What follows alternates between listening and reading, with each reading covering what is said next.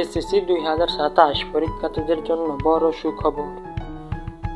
অবশেষে প্রকাশ হয়েছে এসএসসি 2027 পরীক্ষার রুটিন।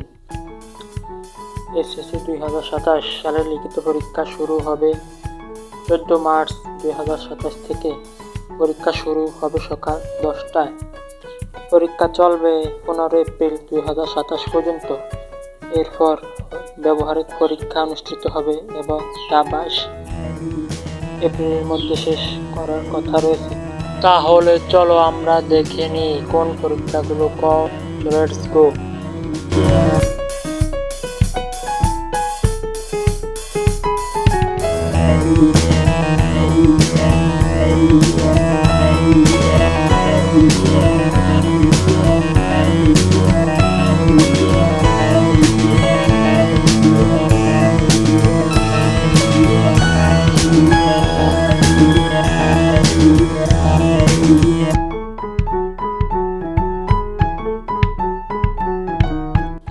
ভিডিওটি ভালো লাগলে চ্যানেলটি সাবস্ক্রাইব করে লাইক করে পাশে থাকো। দেখা হবে পরবর্তী ভিডিওতে। আল্লাহ হাফেজ।